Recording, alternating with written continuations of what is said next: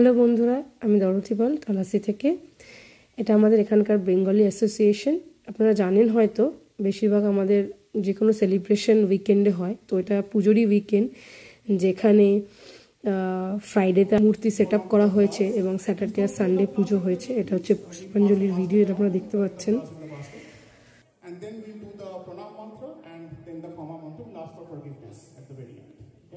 এটা হচ্ছে পুজোর second day, basically last day of the পুজো, যেখানে আর কি নবমী আর দশমী হয়। এটা বরণ করা হচ্ছে মাকে, এবং তারপরেই মাকে বিদায় জানানো হবে।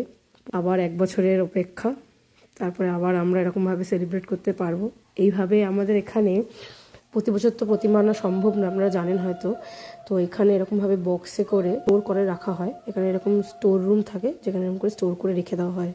সবাইকে জানাই বিজয়ের প্রীতি ও শুভেচ্ছা। আবার কথা হবে নতুন ভিডিওর সঙ্গে।